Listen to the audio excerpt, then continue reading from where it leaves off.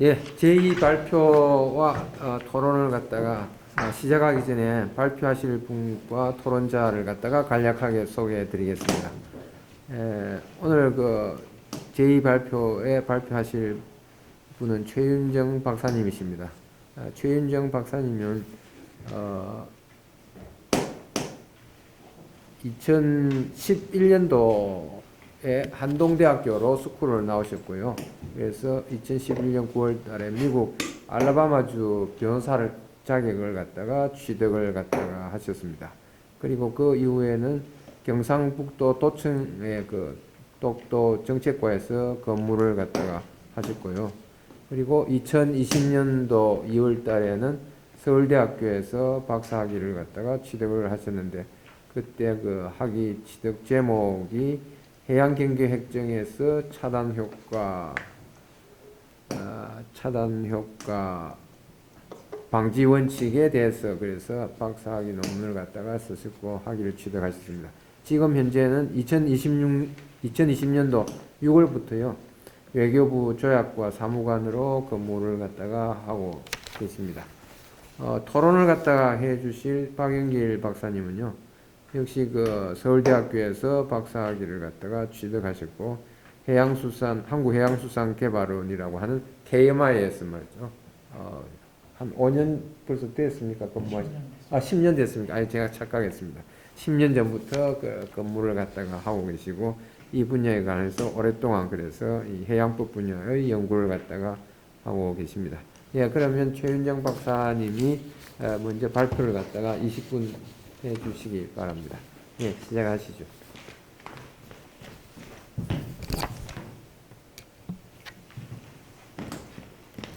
네, 해양경계획정에서 차단효과 방지 원칙의 개념과 법적 지위에 대한 발표를 맡은 최윤정이라고 합니다.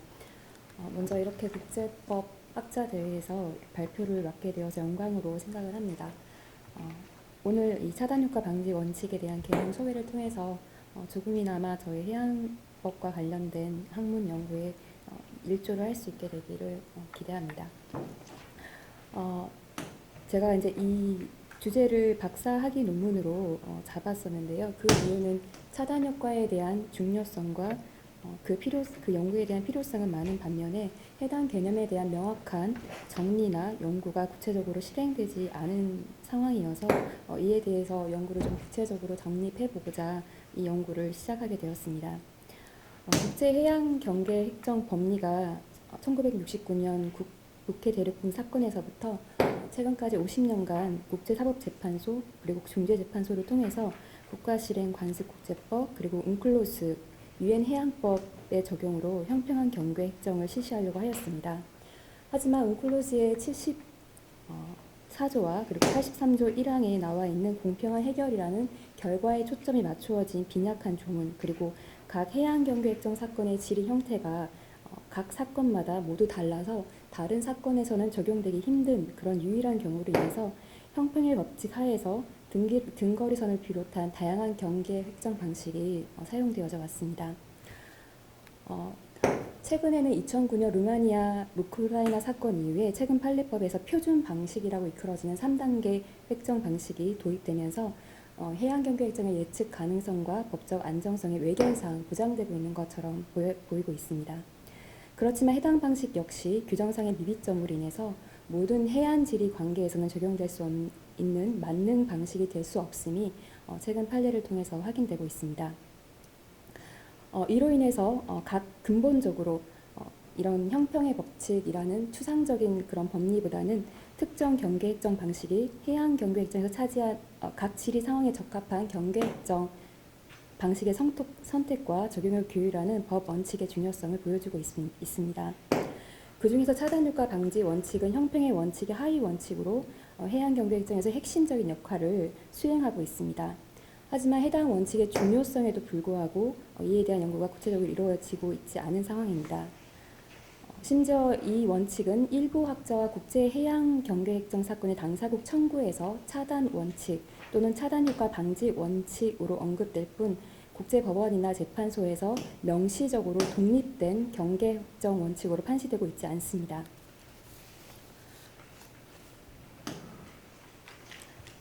또한 그 적용 범위에 있어서도 앞서 언급한 대부분의 학자들과 국제법원 또는 재판소는 인접국 간의 오목성 해안이나 타반국 해안 인근에 위치한 일반국의 섬의 효과에 국한하여서 차단 효과를 언급하고 있고, 또 차단 효과의 정의와 적용에 대한 근본적인 이해와 연구를 실행하고 있지 않습니다. 차단 효과 방지 원칙은 비단 관련 사정으로서 단독적인 그런 경계 획정 방식에서 고려되어야 되는 요소가 아니라 이와 함께 형평의 원칙 또는 등거리선 방식에서 경계 획정 방식의 선택과 잠정적 경계선을 조정하기 위해 불형평한 차단 효과의 존재를 평가 또는 사후 검증함에 있어서 불균형성 테스트의 역할 또한 중요하다고 볼 수 있습니다. 또한 2009년 ICJ 판결에서 3단계 방식의 도입으로 불균형성 테스트는 경계 획정의 마지막 단계에서만 검토되는 고려 요소라는 형식적인 틀에 갇혀 차단 효과의 불형평성 평가와 관련된 비례성, 불균형성 테스트의 핵심적인 역할이 간과되고 있습니다. 따라서 본 논문에서는 차단 효과 방지 원칙과 해당 테스트의 관계를 재조명하여 불균형성 테스트의 진정한 의미와 역할의 중요성을 살펴보고자 합니다. 먼저 차단 효과 방지 원칙의 개념을 살펴보기 위해서 해당 원칙의 정립 과정을 기존에 있었던 약 28개의 해양 경계 획정 판례를 근거로 하여서 살펴보도록 하겠습니다. 먼저 초기 대륙분 경계 획정에서 그 두 가지 차단 효과에 대한 언급이 되고 있는데요.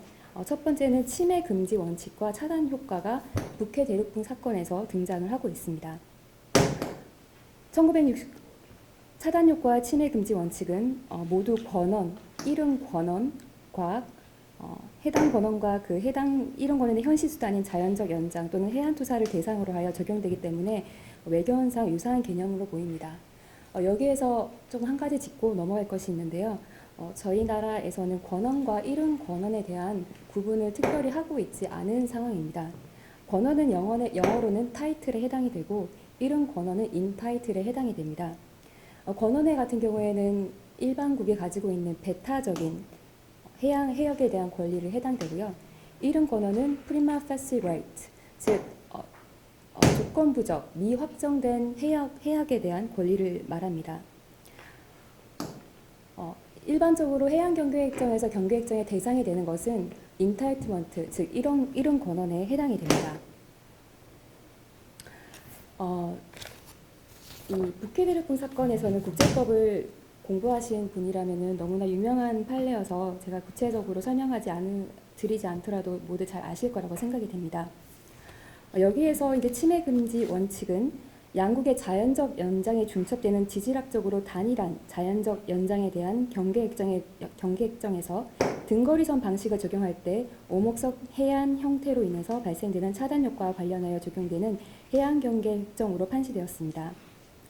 해당 원칙은 형평의 원칙의 하위 원칙으로 일반국의 자연적 연장이 타반국의 자연적 연장을 침해하지 말아야 한다는 원칙에 해당됩니다. 재판소는 이러한 경우에 단순히 인접성만으로는 대륙붕에 대한 권한이 연안국에게 부여되지 않고 해당 해역이 연안국 영토의 자연적인 또는 가장 자연적인 연장을 구성할 때만 연안국에게 부여된다고 보았습니다.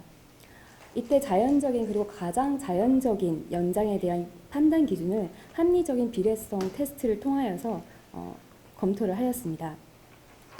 이와 관련해서 아래차가 재판관은 침해 금지 원칙이 자연적 연장 원칙에 내재되어 있기 때문에 자연적 연장 원칙과 침해 금지 원칙이 상호 보완적이고 불가분하게 뒤얽혀 있다고 언급하였습니다.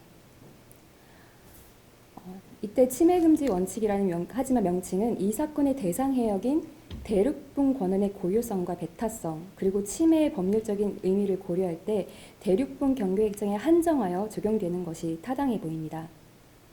하지만 차단 효과는 당사국의 이름 권한의 등가성을 전제로 한 개념이기 때문에 연안국 해안에서 발생하는 이름 권한의 등가적 관계가 형성되는 상황에서 대상 해역과의 성격과는 관계없이 적용되는 관련 사정이라고 볼 수 있습니다.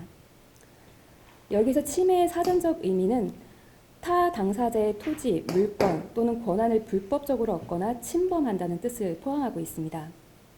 즉 일반국이 이미 소유하고 있는 대륙분 지역, 즉 자연적 연장, 물권 또는 권리에 대한 침해로 해석될 수 있습니다.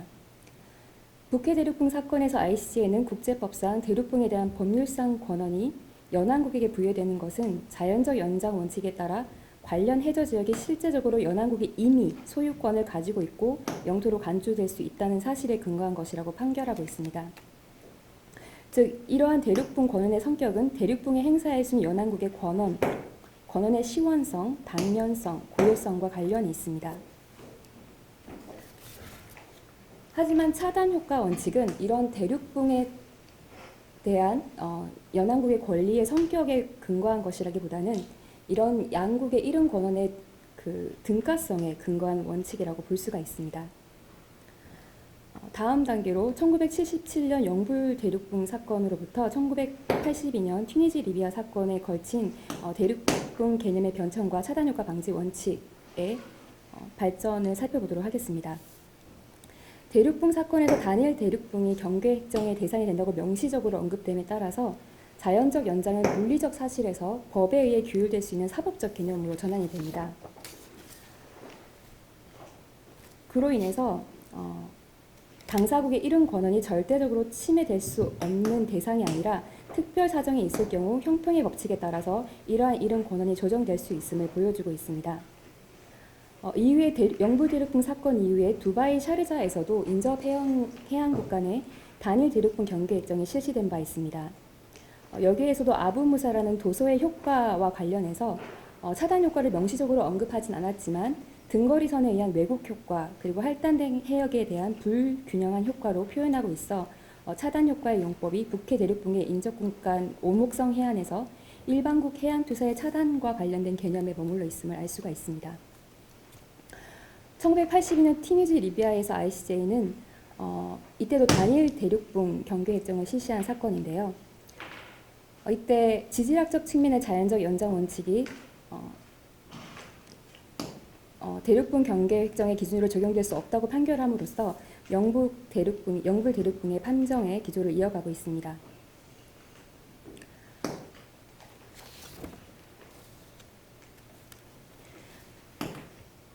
이후에 이 사건에서 이제 ICN은 이러한 해안 투사의 차단 효과를 등거리선과 같은 기하학적 경계 핵정 방식과 그리고 육지 경계선 끝점에서 선결된 방향으로 근거된 작도된 경계선에 의해서만 고려될 수 있는 관련 사정이라고 봄으로써 차단 효과를 오목성 해안에서 발생되는 그런 관련 사정이 아니라 이러한 다양한 경계 핵정 방식에서도 사용될 수 있고 고려되는 관련 사정으로 보고 있습니다. 다음으로 메인만 사건이 판결되었던 1984년부터 그리고 1985년 리비아 몰타 사건에 이르는 그 기간 동안에 단일 경계 핵정과 두 원칙이 분화되는 그런 정황을 살펴보도록 하겠습니다. 1984년 메인만 사건에서는 국제법 원칙과 관습국제법에 따라서 200해리 이내 대륙붕 및 배타적 어업수역의 단일 경계 핵정을 처음으로 실시한 사건입니다. 이때는 튀니지 리비아의 판결과 같이 두 대상 해역에 대한 이름 권한의 범위가 당사국 해양 간의 물리적 인접성이 아닌 법적 인접성을 내기로 하여서 정해진다고 판시를 하였습니다. 이때 ICJ 소재판부는 타방국 연안에 대한 침해 금지와 그리고 타방국 해안의 바닥 쪽 투사의 차단 방지가 상황에 따라서 형평의 기준이 될 수 있다고 설시를 하였습니다. 즉 침해는 해역에 대한 적용이 되는 형평의 기준으로 그리고 차단 효과는 해안의 투사를 그 적용 대상으로 보고 있습니다.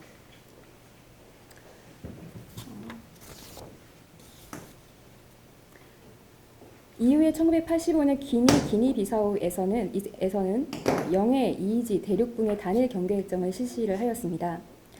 이때 재판소는 경계 핵정에서 고려할 원칙으로 양국의 합의에 기초하여서 자연을 개조하는 것을 금지하는 것, 그리고 차단 효과 또는 위호를 최대한 방지하는 것에 주목을 하였습니다. 그리고 차단 효과와 관련해서는 경계 핵정 방식과 관계없이 인접국 간의 오목성 해안으로 인해서 일반국 영토의 바닥 쪽 확장 투사가 국제법에 허용하는 만큼 이루어지지 않아 자국 해안 맞은편 및 부근의 특정 해역을 상실하게 되는 가능성을 차단 효과로 보았습니다. 이때 주목해야 될 점은 단순히 오목성 해안에서 발생되는 차단 효과뿐만 아니라 알카트레즈 섬과 같은 사소한 해안 지형, 도서에 의한 차단 효과도 고려했다는 점입니다. 그리고 200캐리 이원의 경계 획정에서도 이러한 차단 효과가 고려될 수 있음을 판정해서 살펴볼 수가 있습니다. 다음으로 1982년 웅클로스 체제 하에서 두 원칙이 혼용된 그런 상황을 살펴보도록 하겠습니다. 리비아 몰타에서 RCA는 관습국제법에 따라서 200캐리 이내 단일 대륙분 경계 획정을 실시를 하였습니다. 당시 웅클로스가 미발효된 상황이었지만 재판소에서는 웅클로스 76조 1항의 거리 규정과 관계없이 이 거리 원칙이 관습법상 적용되어야 한다고 판결함으로써 해당 기준을 적극적으로 적용을 하였습니다. 거리 기준에 대한 RC의 적극적인 수용과 그리고 단일 대륙분 경계 획정에서 적용 가능한 기준을 살펴보면서 거리 기준에 대한 재판소의 중요성을 강조한 점을 볼 수가 있습니다. 이때 RCJ는 북해 대륙분 사건에서 판시된 형평의 원칙 중 하나인 타반국의 자연적 연장에 대한 이반국의 침해 원칙을 연안국이 관련 사정에서 국제법상 허용되는 최대 한도로 연안국의 해안에 위치한 대륙붕에 대한 주권적 권리를 향유한다는 긍정적 법칙에 대한 부정적 표현으로 설명을 하고 있습니다. 앞서 언급한 기니 비사우스에서 차단 효과에 대한 중재재판소의 판결 내용과 거의 흡사함을 보여주고 있습니다.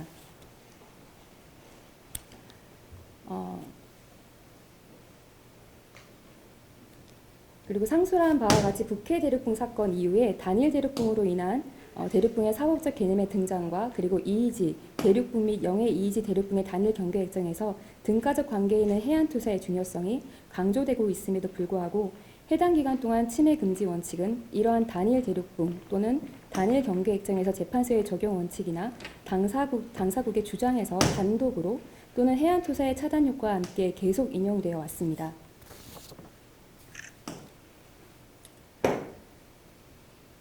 대륙분 경계 획정에 근거한 침해 금지 원칙이 단일 경계 획정에 적용되는 일반 원칙으로 지금까지 계속 사용되고 있는데요. 하지만 대륙붕의 법률상 권한의 성격과 침해 금지 원칙이라는 명칭의 관련성을 고려할 때 웅클로스 체제 하에서 200캐리 이내 대륙붕 그리고 EEG, EFG, 단일 대륙붕 또는 단일 경계 획정의 경우에는 침해 금지 원칙보다는 당사국의 해안 투사의 등가성을 전제로 한 차단 효과 방지 원칙이 그 의미상 더욱 적합한 명칭이라고 생각이 듭니다. 다음으로 표준 방식의 도입과 차단 효과 방지 원칙의 정립을 살펴보도록 하겠습니다. 2009년 루마니아 우크라이나에서 ICA는 EEG 대륙붕의 단일 경계 획정에서 3단계 표준 방식을 도입하여 육지가 바다를 지배한다는 원칙에 근거해서 관련 해안과 대륙붕 및 EEG에 대한 연안국의 이름 권한이 해안 투사라는 매개체로 현시됨을 판결하였습니다. 3단계 방식에서 차단 효과 방지 원칙은 각 당사국의 관련 해안에 투사로 발생되는 동등한 권리인 이름 권한의 중첩 지역을 획정함에 있어서 일반국의 이름 권한이 관련 사정으로 인해 발생된 등거리선에 의해 국제법이 허용하는 만큼 바다 쪽으로 투사되지 못하여 불형평한 결과가 발생되지 않도록 하는 것입니다. 따라서 차단 효과 방지 원칙은 해안 투사의 차단 효과 자체가 아니라 국제법상 불합리한 차단 효과가 발생되었을 경우에 적용이 됩니다. 지리적 요인에 의한 이러한 불합리한 차단 효과는 당사국 간의 합의가 없는 한 합리적이고 상호 균형 잡힌 방식으로 조정이 되어야 합니다. 그리고 상당한 불균형이 발생되었는지 여부는 관련 해역의 전반적인 지리 상황을 참고하여 검토하게 됩니다. 또한 이러한 차단 효과를 조정함에 있어서 법률상 또는 해안 경계 획정의 실행상 허용되지 않는 지리의 사법적 개조를 발생시켜서는 안 되며 공평한 해결에 이르러야 한다고 판시하고 있습니다. 이러한 차단 효과는 다시 한번 벵갈만 사건, 즉 방글라데시 미얀마 그리고 방글라데시 인도 그리고 최근에 판결되었던 가나 코트 디부아르에서 200캐리 이원에서도 오목성 해안에서 적용될 수 있는 원칙으로 확인되고 있습니다. 특히 가나 코트 디부아르에서는 200캐리 이원 경계 획정과 관련해서 대륙분 경계 획정이라 할지라도 타반국의 이름 권한에 대해 일반국의 이름 권한에 우위가 부여되는 이런 상설적 성격이 대륙분 200캐리 이원 경계 획정에서도 적용된다고 함으로써 양국의 그 이름 권한의 등가성에 근거한 차단 효과의 중요성에 대해서 다시 한번 생각할 수 있는 그런 귀중한 판결이라고 생각됩니다. 차단효과 방지 원칙의 개념에 대해서 이제 살펴보도록 하겠습니다. 차단효과 방지 원칙은 국가 주권, 그러니까 연안국의 국가 주권에 출발을 합니다. 판례법에 따르면 육지가 바다를 지배한다는 원칙은 이런 권한의 근거를 해안 지리에 두고 있으며 이것은 육지에 대한 연안국의 주권에서 발생이 됩니다. 이러한 육지 영토에 대한 이런 권한의 존속성은 최초의 해양경계획정 판례라고 할 수 있는 그리스파 다르나 사건에서 시제법 원칙에 따라 국제법의 근본 원칙으로 언급이 되었습니다. 연안국의 이런 권한은 해당 국가의 영토 주권, 소산이자 자동 부속물로서 육지의 자연적 연장 또는 해안 투사를 통해 바다 쪽으로 확장이 되며 이를 통해 연안국은 국제법에 따라 관련 해역에 대한 주권 또는 주권적 권리를 최대한 행사할 수 있습니다. 해양경계획정은 이러한 당사국에 중첩된 이런 권한을 분할하는 법적 과정입니다. 따라서 이런 권한을 귀속시키는 근거는 경계획정에 적용되는 원리, 기준 및 방식에 영향을 끼칩니다. 이때 proper way는 이와 관련해서 이런 권한이 해양경계획정을 규율하며 경계획정의 실제 과정은 관련 지역에 대한 법적 권한에 의해서 결정된다고 보았습니다. 따라서 이제 이런 권한의 부여는 일반국의 대상 해역의 한계와 관련이 있기 때문에 일방성을 띱니다. 그러나 해양경계획정은 일반적으로 양국에 중첩되는 이런 권한을 양국에 할당하는 것이기 때문에 양자적인 과정입니다. 또한 해안투사에 의해서 확인되는 이런 권한의 중첩을 해결하는 창설적 성격을 띠는 과정이기도 합니다. 차단효과 방지 원칙은 육지가 따라서 바다를 지배한다는 대원칙의 하위 원칙에 해당이 됩니다. 또한 해당 대원칙과 관련된 경계획정의 전 과정에 내재되어 있는 개념으로 해양경계획정의 형평한 결과를 위해 고려되는 핵심적인 관련 사정에 해당이 됩니다. 다시 말하면 차단효과 방지 원칙은 육지가 바다를 지배한다는 대원칙 하에서 해양 권한의 근거인 해안선에서 발생되는 이런 권한이 어떻게 얼마나 멀리 확장될 수 있는지와 관련된 개념이라고 할 수 있습니다. 따라서 일반국의 이런 권한의 외측 한계 설정이라는 일방성과 또 양 당사국에 중첩되는 이런 권한을 획정하는 양자성 또는 다자성이 반영이 되어 있습니다. 차단 효과는 일부 판례 및 국가 실행에서 국가들의 지리 상황과 경계 획정 방식에 따라서 다양하게 표현이 되고 있습니다. 발표 초반부에 소개했던 북해 대륙붕 사건에서와 같이 인접국 간의 오목성 해안에서 발생되는 경우가 있습니다. 그리고 이러한 경우는 각 해안 관계에 따라서 그리고 해역에 따라서 에워싸기 효과 그리고 박싱 효과, 텐치 효과, 압착 효과, 위호 효과로 당사국의 청구나 재판소의 판결에서 언급되고 있습니다.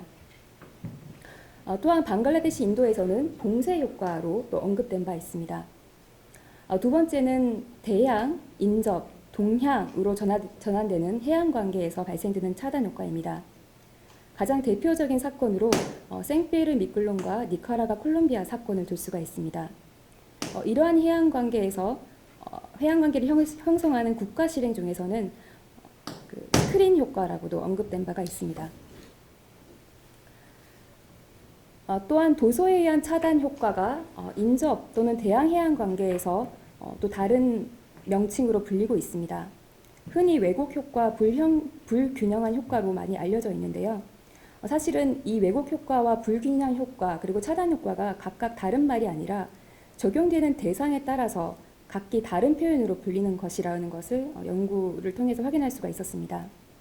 즉 왜곡 효과는 특정한 지리적 상황 또는 도소의 존재로 인해서 등거리선이 왜곡되어지는 그 경로가 바뀌어지는 것을 통해서 왜곡 효과라고 부르는 것이고 또한 그 왜곡된 등거리선에 의해서 일반국의 이른 권한이 차단되는 것을 차단 효과라고 부릅니다. 그리고 그러한 결과로 발생된 그 해역이 각 당사국에게 할당되는 해역이 불균형하게 나누어지는 것을 통해서 불균형한 효과라고 명명되는 것을 발견할 수가 있었습니다. 즉, 이 세 효과는 다른 한 현상에 대해서 각기 적용되는 대상에 따라서 다른 명칭으로 불리는 것이라고 볼 수가 있습니다.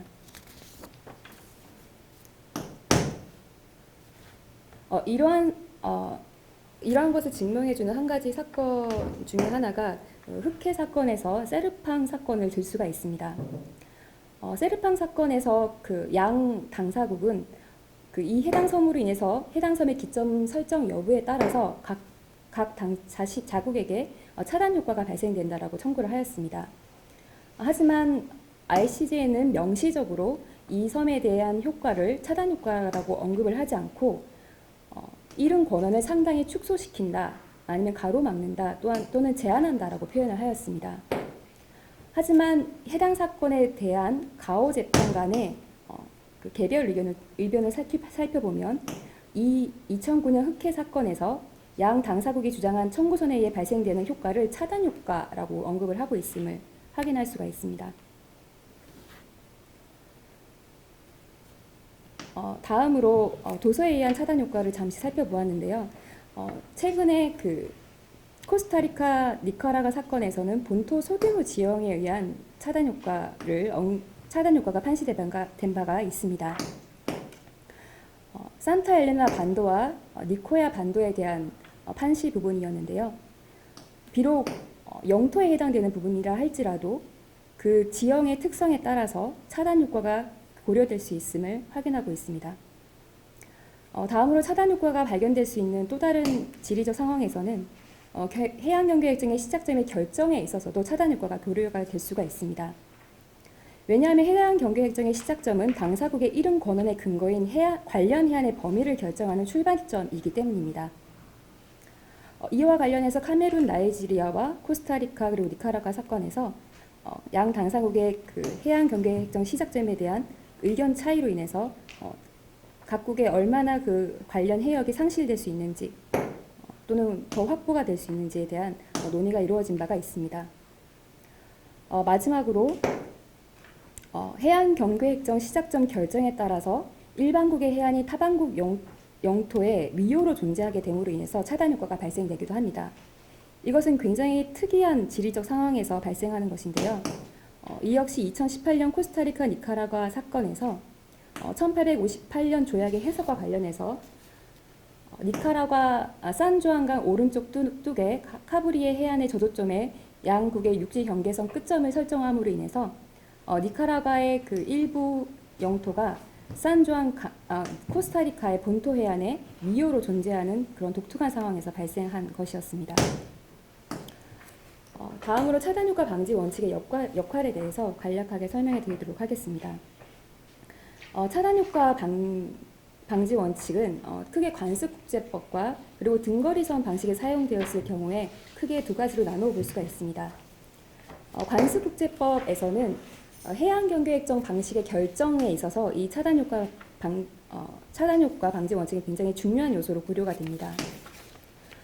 또한 두 번째로 잠정적 경계선, 이것은 굳이 등거리선이 아니라 할지라도 선결된 방향의 선도 포함이 됩니다. 여러 가지 경계선이 획정이 되었을 때 그 선을 조정함에 있어서도 이 차단효과 방지 원칙은 고려가 되는 중요한 요소입니다.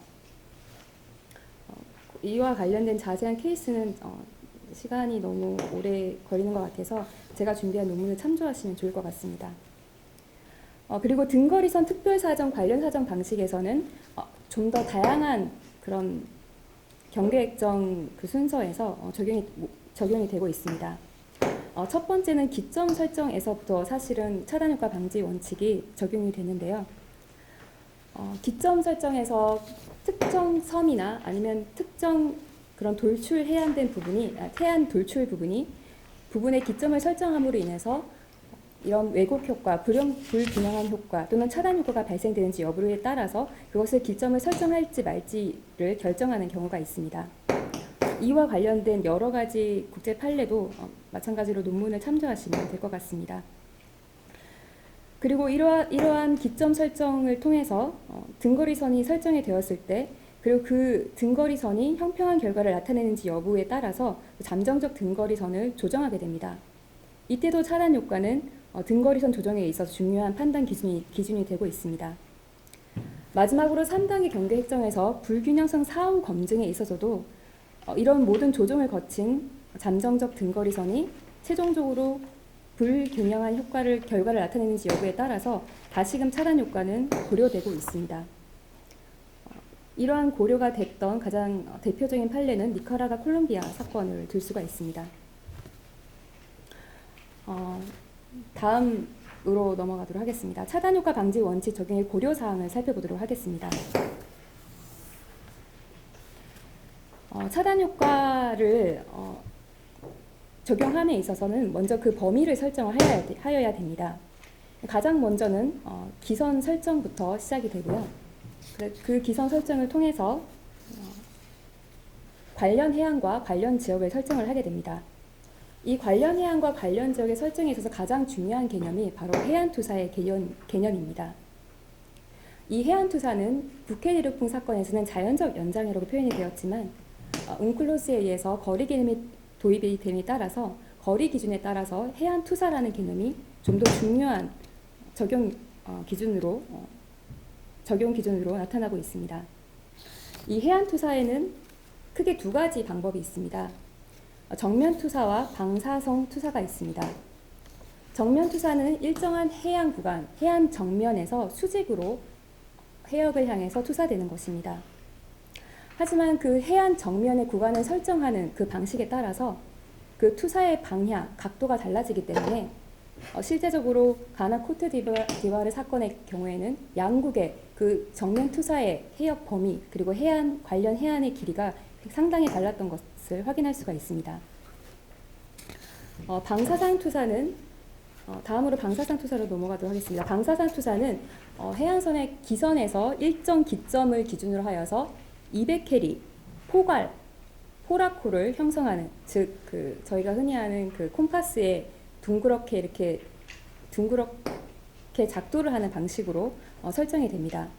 이때 양국의 중첩되는 해역을 관련 해역으로 설정을 하고 또 중첩된 해역과 관련된 해안을 또 관련 해안으로 설정을 하고 있습니다. 방사선 투사 방식은 그 정면 투사 방식보다는 국제 판정에서 더 많이 자주 사용되는 방식입니다.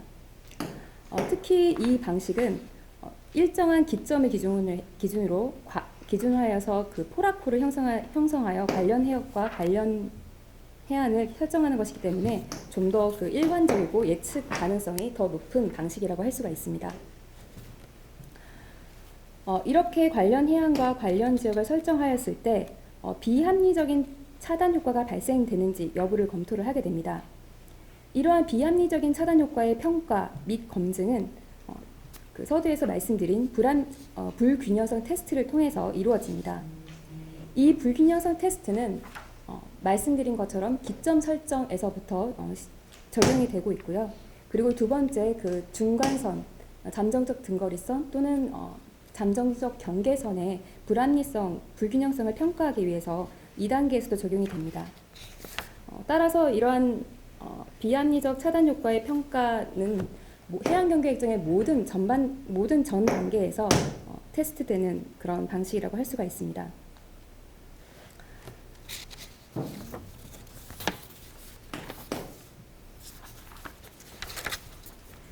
이러한 비합리적인 차단 효과가 발생하였을 경우에는 상호 균형 잡힌 방식으로 조정을 할 필요가 있습니다. 이때 이 조정의 기준으로는 지리의 완전한 사법적 개조를 방지해야 한다는 원칙을 따르고 있습니다. 실제적으로 이 상호 균형 잡힌 조정을 하기 위해서 많이 활용되고 있는 방식으로는 도서를 등거리선의 기점에서 배제하거나 또는 반분 효과만 부여하는 경우가 있고요. 그리고 도서의 법적 지위에 따라서 12해리 또는 24해리 위호선 또는 준위호선을 설정하거나 또는 정비율 방식을 통하여서 이러한 불균형한 차단 효과를 조정하고 있습니다. 저의 발표의 결론 부분을 말씀드리겠습니다. 차단 효과는 해양경계획정에서 형평의 법 하에서 그 밖의 관련 원칙들과 유기적으로 연결되어 적용되고 있다고 볼 수가